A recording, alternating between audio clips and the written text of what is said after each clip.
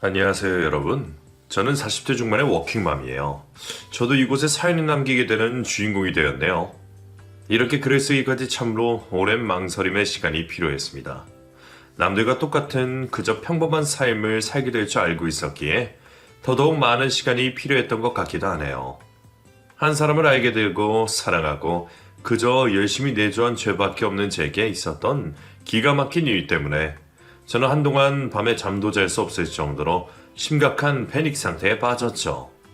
지금부터 그 사연을 지금부터 털어놓아 보겠습니다.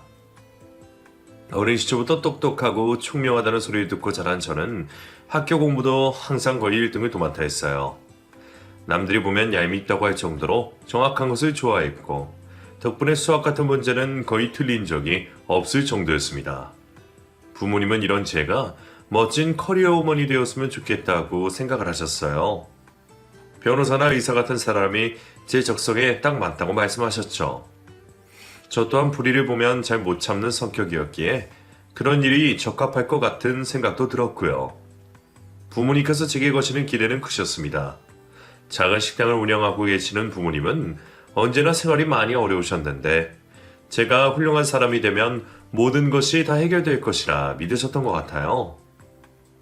제 밑으로 남동생도 한 명 있었지만 공부하는 거리가 멀었기에 저만 철석같이 믿고 계셨죠. 제 성적은 고등학교 때까지도 전교에서 늘 상위권을 유지했고 비싼 과외나 유명 학원은 다녀본 적도 없었습니다. 친구들은 모두 제가 비밀리에 어떤 고액 과외를 받는다고 의심했지만 저는 정말 그런 적 없이 EBS 방송과 동네의 공부방 정도만 이용하고 있었어요. 제가 생각해도 저는 조금 남들보다 공부하는 속도가 빨랐던 것 같기도 해요. 같은 것을 배워도 조금 유난히 빠른 스타일이 있잖아요. 어떤 아이들은 운동이 그렇고 또 어떤 아이들은 음악이 그런데 저는 공부와 암기 쪽으로 타고난 소질이 있었어요. 그 결과 저는 부모님이 원하시는 좋은 대학교 법대에 들어갈 수 있었습니다. 큰 꿈을 안고 변호사나 판사가 되어야겠다고 생각하며 대학교에 입학을 했죠. 그런데 대학교에는 생각보다 많은 난관들이 있더군요. 선후배 간의 예의도 어느 정도 지켰어야 했고 행사 참여도 꼬박꼬박 했어야 했는데 그런 것들이 처음에는 너무너무 싫었어요. 똑부러진 성격에 말도 안 되는 걸로 트집 잡는 선배를 볼 때면 꼬박꼬박 말대꾸를 하면서 제 감정을 표현하기도 했고요. 그래서 그런지 몇몇 선배에게 저는 눈의 가시가 되기도 했었습니다. 한 번은 말도 안 되는 걸로 또 트집을 잡는 여자 선배가 있길래 저도 지지 않고 똑같이 말을 했다가 선배들 몇 명에게 호되게 혼이 난 적도 있었어요. 야, 네가 잘나면 얼마나 잘났어? 여기 너보다 안 잘난 사람 없거든? 선배가 말하면 그래도 어느 정도 듣는 신용이라도 해야지. 나 참 기가 막혔어. 그게 아니라요, 선배님. 누가 보아도 합당하지 않은 일을 시키시니까 그렇죠. 저희 법대잖아요. 법으로 보장받는 사회를 만드는 것이 저희가 하는 일 아닌가요? 어머, 황당하다. 이게 정말 웃기고 있네. 야, 모든 것에는 기본적으로 지켜야 할 예의라는 것도 있는 거라고. 사회생활은 다 이런 거야. 너 이런 식으로 해서 나중에 사회 나서 선배도 어떻게 보려고 그러냐? 세 명의 여자 선배는 저를 공격하며 몰아세웠고 거의 싸우는 듯한 분위기가 연출되고 있었습니다. 그런데 그때 몇 살 위의 남자 선배가 와서 저를 도와주셨죠. 야야, 니네 뭐가 이렇게 시끄러워? 우리끼리 지금 뭐 하자는 거야 이게? 누가 후배 괴롭히랬어? 니네가 무슨 일진이냐? 됐고 술이나 마시러 가자. 쓸데없는데 시간 쏘지 말라고. 이 남자 선배의 도움으로 저는 난감한 상황을 피할 수가 있었어요. 이 선배는 학과에서도 꽤 유명한 분이셨어요. 저는 직접적으로 말을 한 번도 해보지 않았는데 소문이 무성했었거든요. 술, 담배를 즐겨하고 공부하는 거리가 먼 그런 사람이라고요. 더군다나 같은 과 여자들한테도 몇 번이나 대시를 했다가 차였다는 말도 들었었답니다. 그런 선배가 저를 도와주다니 저는 조금 의아했어요. 저기 감사합니다, 선배님. 이렇게 도와주시고. 감사한 거 맞지? 그럼 술 한 잔만 사주라. 내가 오늘 말이야 너무 스트레스 받는 일이 있어서 술이 고픈데 돈이 없네. 네?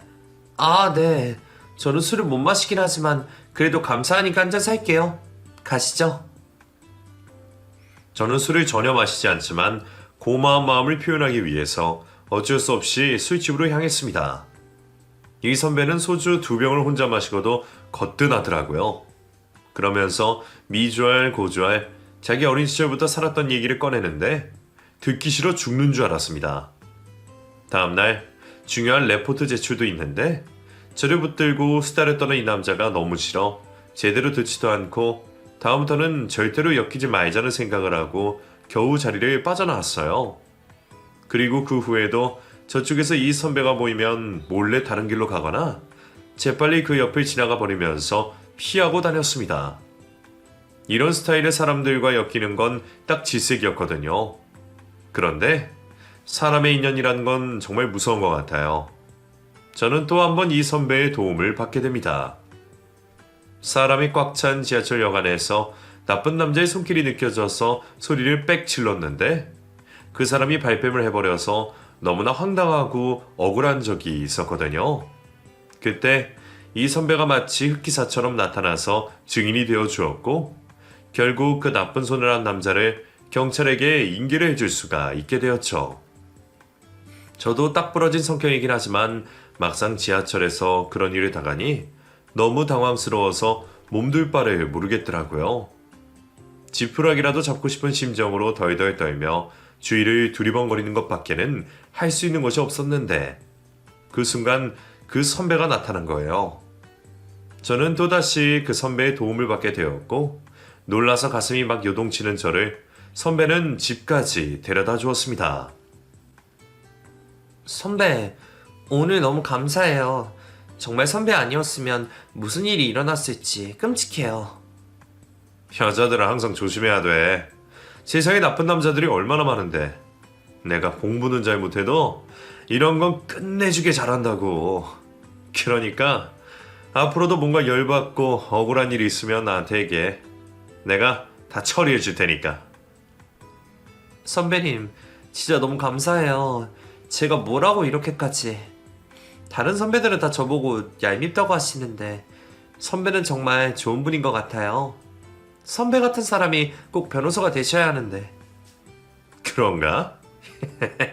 근데 내가 이렇게 공부가 딸려서 사법고시를 합격하는지 모르겠다. 나 왜 머리가 이렇게 안 돌아가는 거야? 자, 얼른 들어가. 그날 그 선배는 평소와는 조금 다르게 보였어요. 술만 좋아하고 다른 건 관심도 없는 한량이라고 생각했는데 나름대로 생각도 깊고 어려울 때 도와주는 모습을 보니 살짝 멋있다는 생각도 들더라고요. 집에 가서 그날 일을 일기에 적었는데 그 선배에 대한 제 마음이 조금 달라졌다는 것을 느끼게 되었습니다.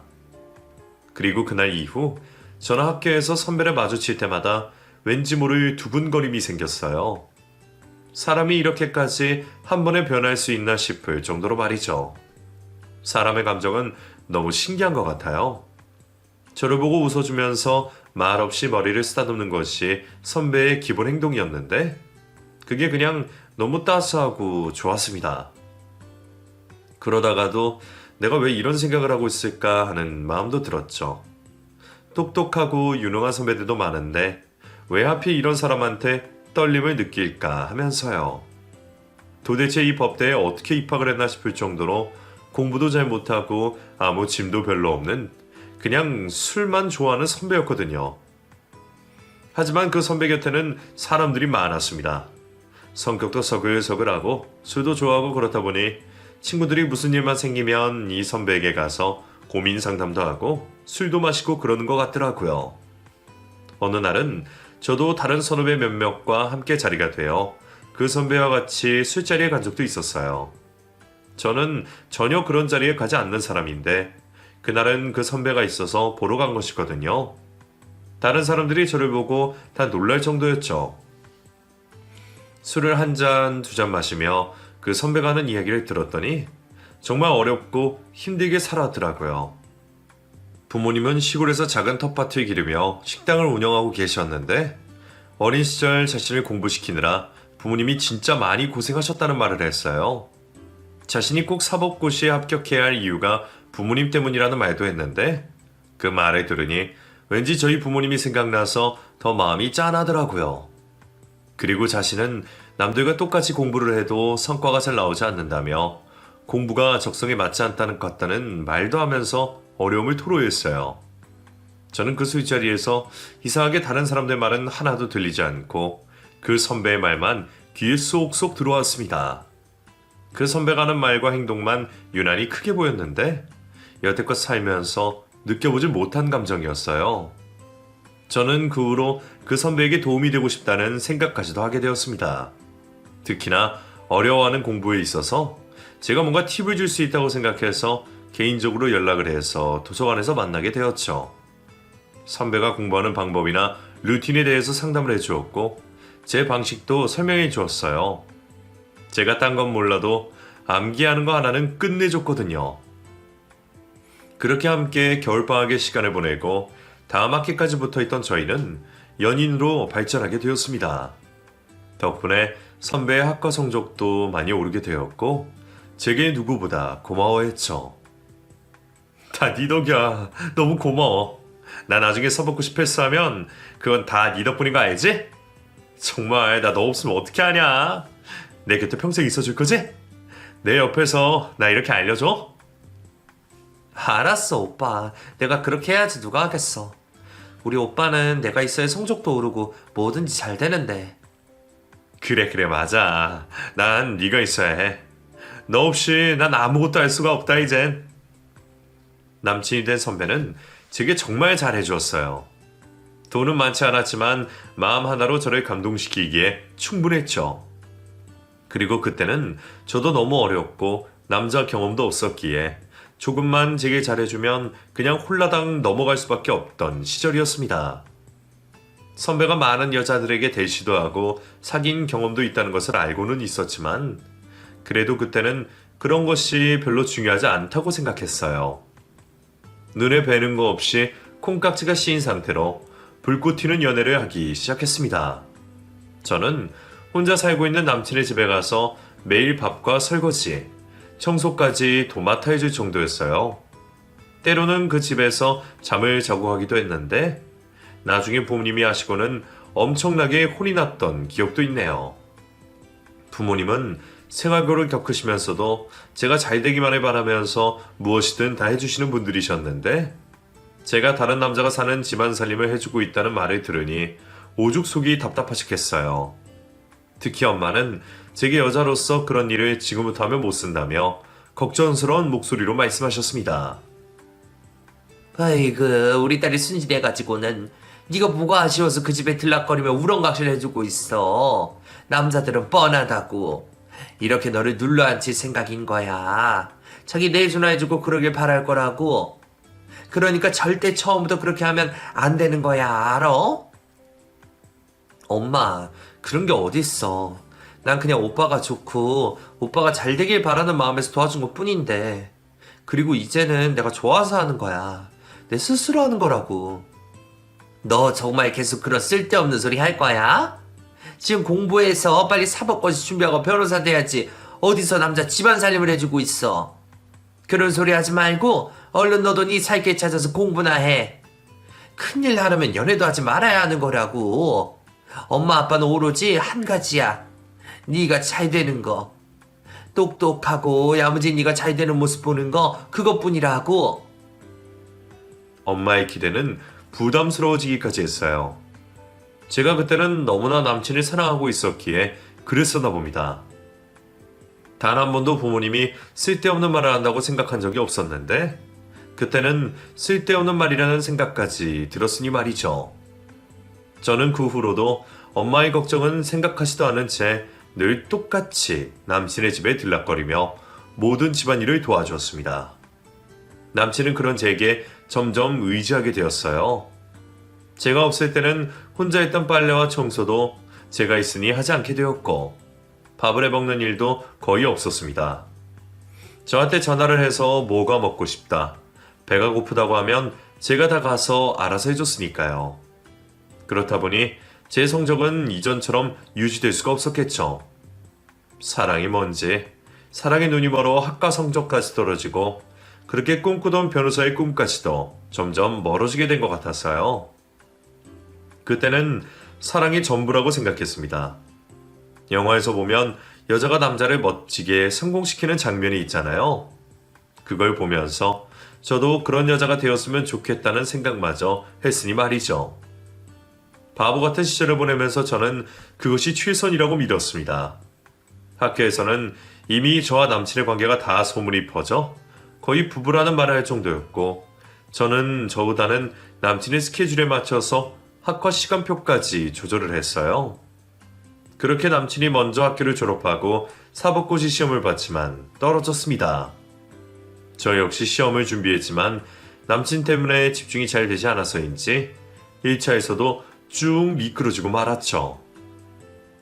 주변 선배들은 하나 둘 합격했다는 소식이 들려오자 남친은 마음이 조급해졌던 것 같아요. 공부도 잘 되지 않고 술에 의존해서 잠을 자는 일도 많았는데 제게 많은 도움을 요청했습니다.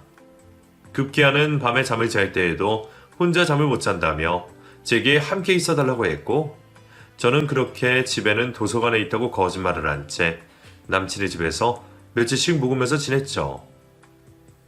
그 사이 저는 자연스럽게 임신이 되었습니다. 갓 대학을 졸업하고 1년밖에 지나지 않았을 때인데 임신을 했다는 것을 알고는 더 이상 시험을 준비하지 말아야겠다고 결론을 내렸어요. 저희 부모님은 난리가 났습니다. 말도 안 된다면서 왜 이런 바보 같은 짓을 했느냐고 눈물까지 쏟으셨죠. 하지만 저는 후회하지 않았어요. 이것도 다 하늘의 뜻이라면서 남편의 내주에서 꼭 사법고시를 합격하게 만들고 말겠다고 다짐을 했죠. 우여곡절 끝에 저희는 결혼을 하게 되었고, 남친은 결혼 후에도 시험을 준비하고 있어서 제가 임신한 상태로 알바를 하며 생활비를 벌었습니다. 그래도 제가 좋은 학교 법대에 나온지라 과외도 하고 영문 번역 알바도 했는데 생각보다 금액이 쏠쏠하니까 남편이 제게 의지를 많이 하더라고요. 저희 부모님은 속이 터지셨지만 저와 남편은 나름대로 행복하게 지냈습니다. 첫 아이가 태어나고 남편은 3번 만에 드디어 사법고시를 합격하게 되었어요. 세상에서 그렇게 기쁜 날은 처음이었던 것 같아요. 남편 역시 제게 누구보다 고마워했죠. 다 당신 덕분이야. 당신이 있어서 이렇게 된 거라고. 나 당신한테 평생 헌신하면서 살 거야. 너무 고마워. 사랑해. 남편의 이런 말 덕분인지 그동안 힘들었던 것이 싹 없어지더라고요. 앞으로는 불행 끝 행복 시작이라고 생각했고, 저희 가족에게 희망찬 미래만 있을 것이라 생각했어요. 시골에서 남편의 부모님은 아들의 사법고시 합격 소식을 듣고 저희 집 근처에 이사를 오셨습니다. 앞으로는 아들 덕 좀 보자고 노골적으로 말씀하시면서 제게 이래라 저래라 많은 것을 주문하셨어요. 며느라, 우리 애가 검사되는 건 맞지? 그랬지? 그럼 우리도 이제 큰 집 얻어서 같이 살 수 있는 거 맞지? 우리 아들이 그랬었다. 자기가 검사만 되면 꼭 큰 집에서 다 같이 살자고. 분명히 그랬었다. 아, 네 어머님 그러셨구나. 글쎄요, 이제 막 된 거라서 아직 모아둔 돈도 없고 집이 한두 푼 하는 것도 아니고요. 이 우리 집 팔고 니네 집도 팔아서 합치면 되지 않겠나? 며느리 너희도 과외도 하고 알바도 한다며. 대출도 받고 해서 우리 집 같이 합쳐서 살자.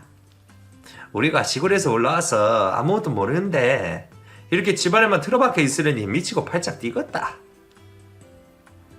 아, 그게 어머님, 저기 그게 아이도 있고 또 제 뱃속에 둘째도 있고요. 어떻게 말씀을 못 드리겠어요. 잘 됐네 그럼. 내가 애 봐줄 테니 넌 알바하고 그러면 됐다 아이가. 안 그러나? 내가 집안일도 도와주고 그렇게 하면 서로서로 돕고 좋은 기지. 가족이 좋은 게 그거 아니겠나? 시부모님의 난감한 부탁에 저는 할 말을 잃었습니다.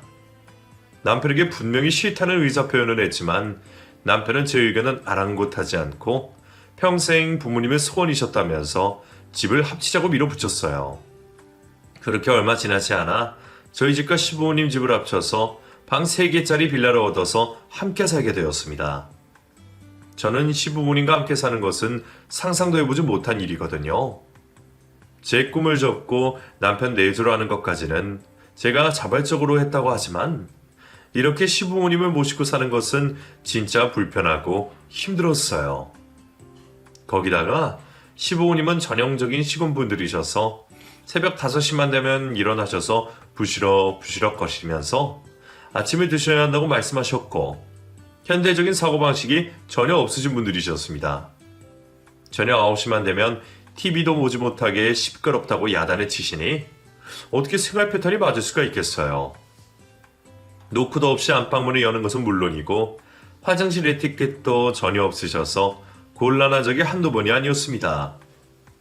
친정 부모님께는 나중에 말씀드렸는데 얼마나 많이 속상해 하셨는지 몰라요. 제가 더 잘나고 똑똑한 여자인데 왜 이렇게 남편의 하녀처럼 살아야 되느냐고 또 우셨어요.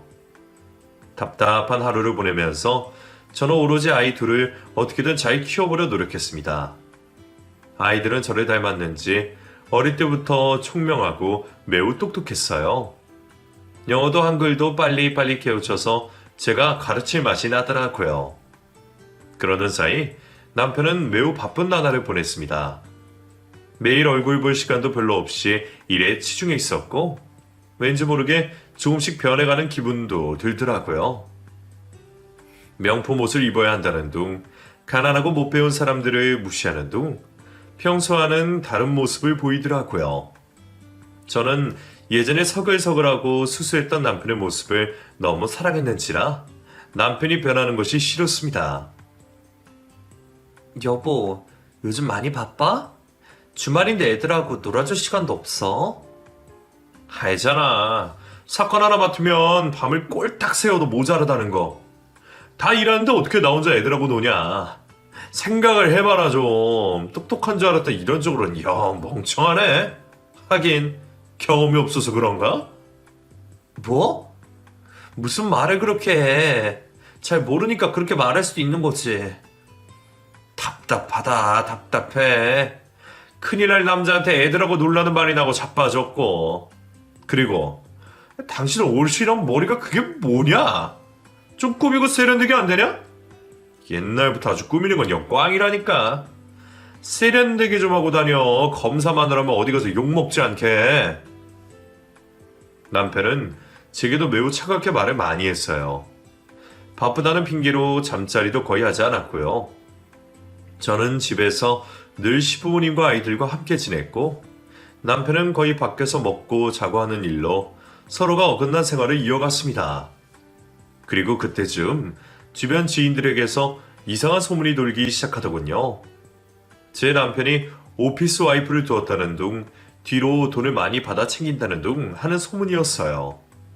같이 법대에 나온 선배가 제게 조심스럽게 기뜸을 해주더라고요. 조금 의심스러운 부분이 있긴 했지만 믿고 싶지 않았어요. 남편이 비싼 옷을 사입고 외제 자동차를 살 때도 의심하고 싶지 않았거든요. 그리고 여자 문제도 제가 눈으로 직접 확인한 것도 아니었기에 최대한 생각을 하지 않으려고 한 거죠. 저라고 왜 의심이 안 들었겠어요. 하지만 남편의 내조를 하는 것이 최우선이라고 마음먹고 있던 상태라서 그냥 남편을 믿고 싶었던 것 같아요. 그리고 남편에게 소문에 대해서 물어보았는데 펄쩍 뛰면서 자식들을 걸고 맹세한다고 말을 하길래 아니라고 굳게 믿어버렸죠. 자기 자식을 걸고 맹세하는 남편을 어떻게 안 믿을 수가 있겠어요. 그렇게 몇 달이 지난 어느 날 남편은 갑자기 제게 미국 이야기를 꺼냈습니다. 저기 있잖아. 내가 미국에서 좀 해결해야 할 문제가 생겼거든? 뭐? 미국? 미국이 웬 말이야. 당신 미국에 일 때문에 몇 번 가본 적 빼고는 없잖아. 근데 왜 미국? 그게 말이야. 내가 아는 지인 통해서 그쪽에다가 뭘 투자한 게 있어. 근데 그게 좀 은밀하게 해야 될 일들이라서 말이야. 내가 갈 수는 없는 형편이고. 아니 이게 다 무슨 말이야? 난 도저히 믿기지가 않네. 도대체 무슨 일을 어떻게 하고 있다는 건데? 일단 내 생각은 이래. 이게 단기간에 해결될 일은 아니고 한 1년 정도 머무르면서 그 일을 좀 봐줘야 하거든? 나는 지금 일을 해야 되고 생활비도 벌어야 하잖아. 그래서 말인데 당신이 아이들이랑 같이 가서 어학연수 간다 셈치고 가서 일 좀 봐주면 어때? 내 대신 일 좀 처리해줘. 당신 똑똑하잖아. 남편의 뜬금없는 말에 헛웃음까지 나오더라고요. 갑자기 웬 미국에서 일을 처리해야 한다는지 영문을 알 수가 없었습니다. 그동안 남편은 가정을 위해서 여러 가지 일을 벌여놓았고 어디서 났는지 모르는 돈을 가지고 이런저런 노력을 많이 했다고 하더라고요. 자식도 있고 부모님도 모시고 사는데 그래도 자기가 늙기 전에 뭐라도 이루어 놓아야 해서 한 것이라고 하면서요. 그 돈의 출처도 알 수 없었지만 그래도 남편의 생각을 들어보니 가장으로서의 책임감이 느껴지더군요. 어찌됐건 가정을 위해서 이렇게 이루어 놓으려고 하는 마음이 너무 좋잖아요. 며칠 밤낮을 고민해 보다가 아이 둘을 데리고 떠나기로 결심했습니다. 어차피 아이들에게 좋은 교육을 시키는 것이 제 목표였고 어학연수 한다 셈 치고 다녀오면 좋겠다는 생각도 들었어요. 그렇게 저는 미국에 갈 준비를 한 후에 아이 둘을 데리고 떠났습니다. 낯선 그곳에 가서 남편이 벌여놓은 일들을 처리했어요. 근데 이게 좀 불법적인 일인 것 같더라고요. 돈을 버는 일은 맞는데 세금도 내지 않고 그런 일이었어요. 다행히 제가 영어도 어느 정도 되고 꼼꼼한 부분이 있었기에 1년의 기간 동안 일이 무사히 처리될 수 있었습니다. 그 1년 동안 제가 얼마나 힘들었는지 모를 거예요. 낯선 곳에서 아이 둘을 지키며 일까지 해야 했으니 밤에 잠이나 제대로 잤겠어요. 더군다나 미국이라는 곳이 총기 소지도 할 수 있는 곳이니 혹시 모를 무서운 일이 일어날까봐 아이들에게서 잠시도 눈을 뗄 수도 없었습니다. 그러는 동안 남편은 화상통화만 했을 뿐 단 한 번도 이곳에 오지 않더군요. 제가 이곳에서 일처리를 해서 보내는 돈만 쏙쏙 받아 챙기고 말이죠. 그런 남편과 전화로 어마어마하게 싸우기까지 했습니다. 당신은 어떻게 애들이 보고 싶지도 않아? 1년이 다 되어가는데 어떻게 한 번을 안 와? 야, 일하느라 바쁘니까 그렇지. 네가 이 총이를 알기나 해? 모르면 가만히나 있어. 가만히 앉아서 벌어다 주니까 뭐 그냥 마냥 쉬운 줄 알지? 그게 아니잖아. 나도 여기서 당신 대신해서 일하고 있다고. 야, 거기서 다 잘 도와준다고 하더만. 거기 있는 남자가 너한테 엄청 잘해준다면서. 네 입으로 그랬잖아. 뭐? 그건 일 때문에 도와주는 거지. 지금 당신 무슨 말을 하는 거야? 남편과의 싸움은 미국에 있는 1년 동안 매우 잦았습니다. 하지만 그것도 전화 연결이 될 때만 가능한 일이었고 일 때문에 제 전화를 받지 않는 일이 수두룩했죠. 그런데 뭔가 이상한 느낌도 들었어요. 시어머니도 어떻게 전화를 한번 안 하시는 거예요. 그래도 며느리와 손주들이 미국에 있는데 보고 싶지도 않고 걱정도 안 되시는지 이해가 되지 않았죠. 그렇게 1년이라는 세월이 흐르고 저는 다시 한국으로 돌아왔습니다. 아이들은 오랜만에 아빠를 만난다고 신이 나서 비행기에서 잠도 제대로 자지 못하더라고요. 공항에 도착해서도 남편이 연락이 되지 않아 공항버스와 택시를 갈아타고 집으로 도착했어요. 현관 비밀번호를 누르고 들어가려는데 웬일인지 비밀번호가 틀렸다고 하는 겁니다. 그동안 제 기억이 틀렸나 싶어 몇 번이나 다시 눌러보았지만 계속 틀리더라고요. 남편과 저의 결혼기념일로 비밀번호를 만들었는지라 제가 잊을 리가 없어서 이상하다고 생각하고 남편과 시모에게 전화를 걸었는데 아무도 받질 않더군요.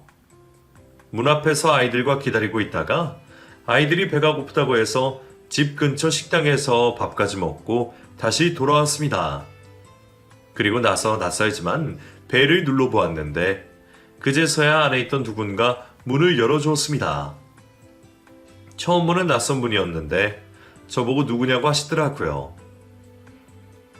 어머나, 저 여기 사는 사람인데? 여기 잘 다녀?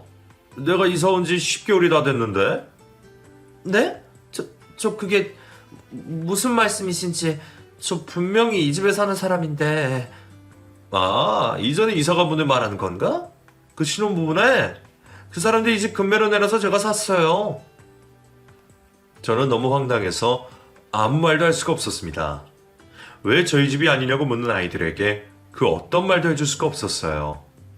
그리고 그곳에서 나와 남편과 시모에게 엄청나게 전화를 걸었습니다.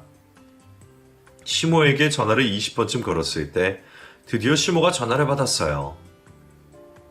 어머님 어디세요? 집이 왜 다른 사람이 살죠? 이사 갔어요? 도대체 어떻게 된 거예요? 저기 왜 그렇게 자꾸 전화질을 하냐? 어? 나한테 무슨 볼 일이 있다고? 어머님 왜 그러세요? 이게 도대체 무슨 일이에요? 지금 아이들이랑 밖에서 벌벌 떨고 있어요. 이 사람 어디 있어요? 왜 전화를 안 받아요? 어머님? 무슨 말씀 좀 해보세요. 아니 니들 이미 끝난 거 아니냐? 애미 너도 거기서 좋은 남자 만났다고 하더만 맞지? 그러니까 피자 서로 잘 되면 아니겠나?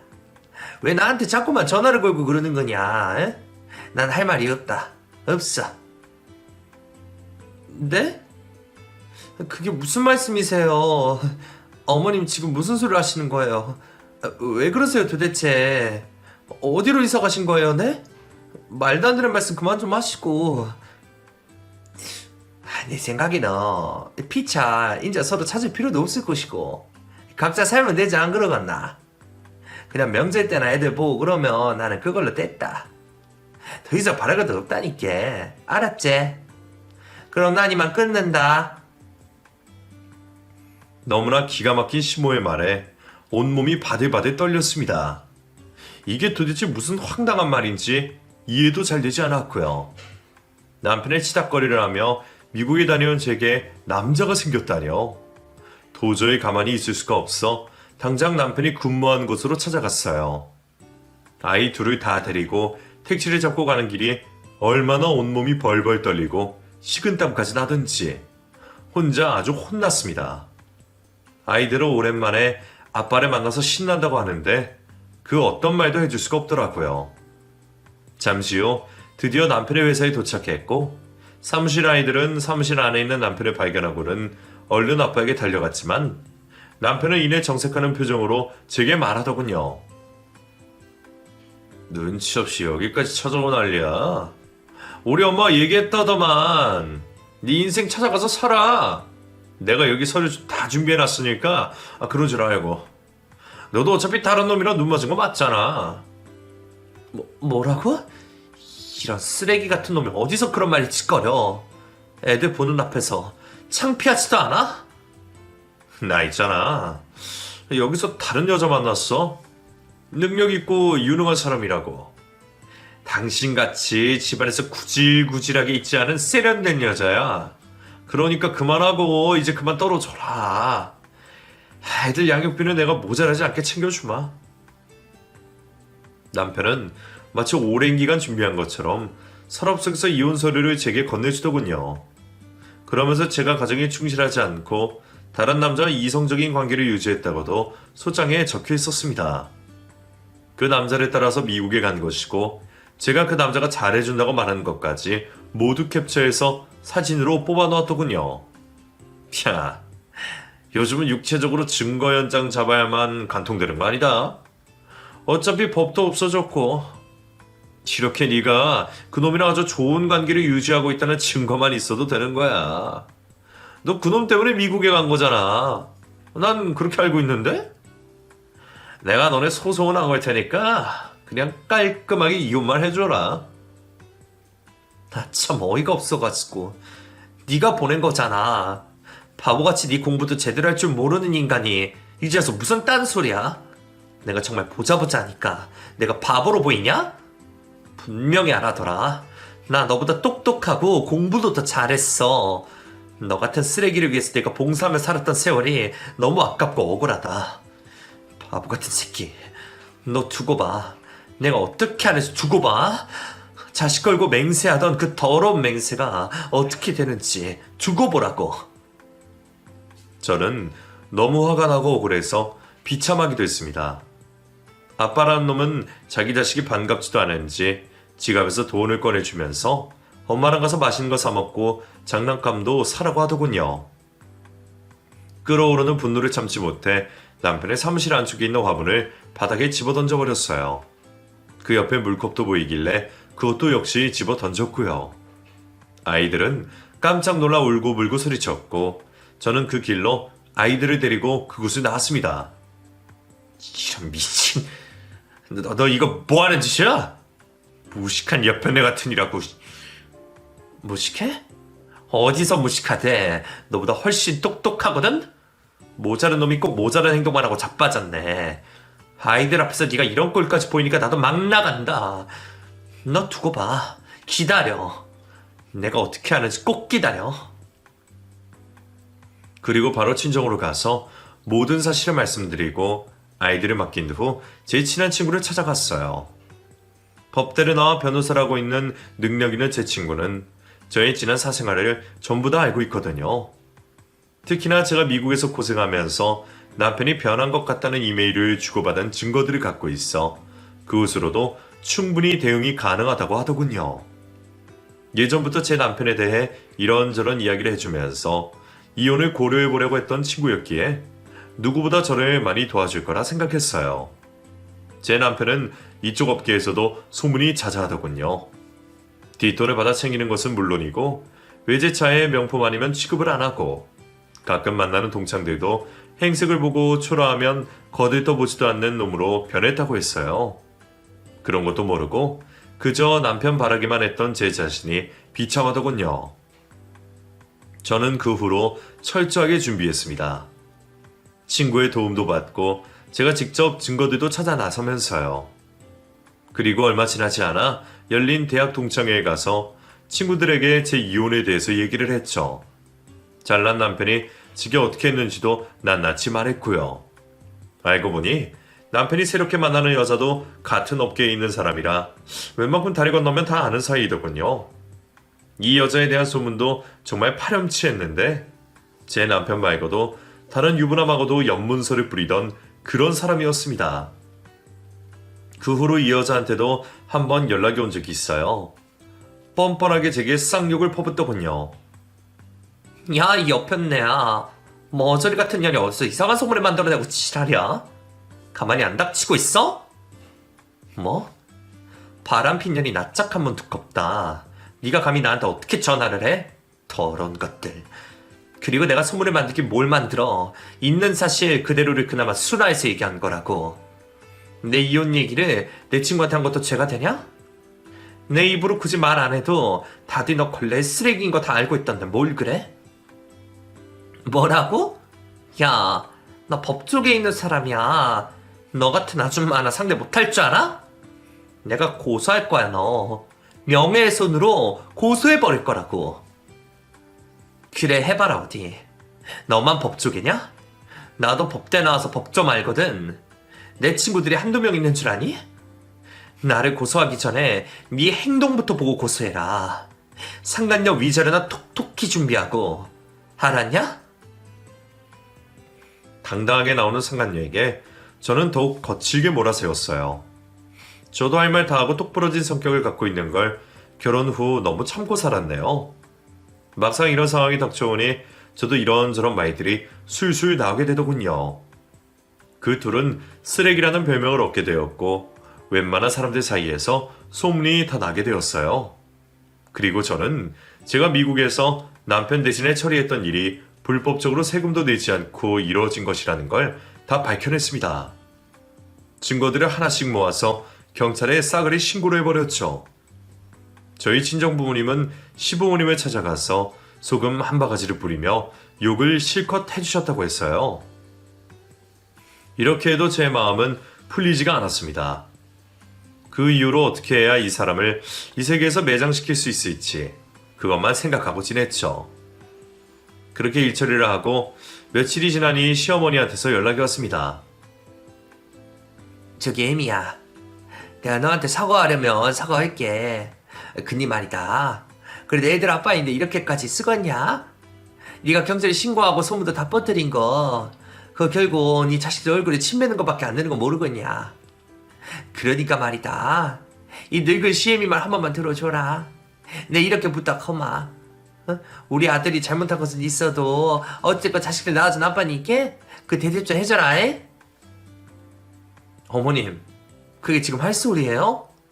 왜 아이들 핑계를 대세요? 그럼 아이들 있는 애비는 그런 짓거리 해도 되는 건가요? 제가 어떻게 했는데요?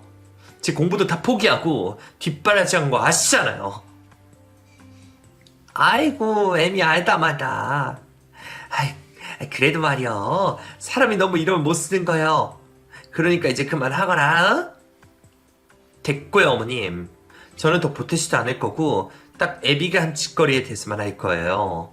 본인 입으로 자식들 걸고 맹세했으니 이 정도는 각오한 거 아니겠어요? 파렴치한 인간 같으니라고. 시모의 말에 꿈쩍도 하지 않고 저는 그 인간 인생을 개박살 내버리기로 작정을 했습니다. 직장 내에서도 여자 관계뿐만 아니라 불법적인 일을 저지른 것이 발각이 되어 일을 그만두게 되었더군요. 처자식 버리고 그런 짓까지 했으니 그 정도는 달게 받아야죠. 그리고 직업까지 잃은 남편은 결국 자기가 같이 살고 있던 그 여자에게서도 버림을 받았다고 했어요. 하긴 바람을 피우는 것도 돈과 명예가 있는 상태나 가능한 거지. 누가 미쳤다고 모든 것 다 잃은 남자랑 바람을 피우겠어요. 남는 게 뭐가 있다고요? 소송을 하고 고소를 하며 해결되기를 기다리던 과정이 얼마나 길고 힘들던지. 잘 마시지도 못하는 술을 마시며 억지로 잠을 청하기까지 하며 버텼습니다. 남편은 남편대로 화가 나서 저희 친정에도 찾아와서 횡포를 부렸고 제게 전화와 문자로 폭언까지 했어요. 저는 고스란히 그런 내용들까지도 모조리 증거로 수집해 놓았고 남편은 더더욱 만신창이가 되어갔습니다. 몇 달이 지난 후 동창생들은 직장도 여자도 다 잃고 술로 나날을 지새우고 있다는 남편의 소식을 전해왔어요. 다른 사무실에 취직을 하려고 해도 현재는 그 인성에 대한 소문이 파다하게 퍼져 잘 되지도 않는 모양이에요. 더 이상 뒤로 들어오는 돈도 없을 테고 외제차를 굴리며 호화롭게 살려고 했던 남편의 욕망은 거기서 끝이 났습니다. 저는 이혼까지 마무리를 다하고 아이들 때문에 어쩔 수 없이 초라해진 남편의 모습을 보았어요. 이혼을 해도 면접 교섭권이 있는지라 양육권이 저라도 아빠가 아이들을 볼 권리는 있는 것이니까요. 제게 미안하다고 말을 하며 아이들에게 안부를 묻는데 한편으로는 불쌍해 보인다는 생각도 들었지만 또 한편으로는 그것도 진심인지 아닌지 의심스럽더군요. 아이들을 생각하는 아빠가 그렇게 아이들을 걸고 맹세까지 하는 건 아니잖아요. 이 사람은 저와 아이들을 그저 자신이 살아가는 수단 정도로 생각하고 이용했던 사람이니까요. 양치기 소년이 왜 그렇게 믿음을 저버리게 되었는지 다들 아실 거예요. 한번 믿음을 저버린 사람은 그 어떤 행동을 해도 믿음이 살아나지 않는답니다. 힘든 시간들을 모두 다 견내고 저는 그 후로 공무원 시험에 합격해서 직장에 다니고 있어요. 아이들과 열심히 살아가면서 부끄럽지 않은 엄마가 되고 싶었거든요. 친정 부모님은 저의 인생을 응원해 주시고 도와준다고 하셨어요. 이제라도 제가 저만의 꿈을 갖고 도전하는 것이 자랑스럽다고 하시며 아이들을 열심히 케어해주고 계신답니다. 제 삶에서 남편을 도려내어 솔직히 많이 힘들기도 했지만 이제는 더 이상 힘들어만 하고 있지 않을 거예요. 당당하게 멋진 모습으로 앞으로 남은 미래를 살아갈 것입니다. 여러분도 여러분 자신들의 인생만 생각하시고 결정을 내리시면 좋겠어요. 오늘의 제 사연 고백은 여기까지랍니다. 끝까지 들어주셔서 감사해요.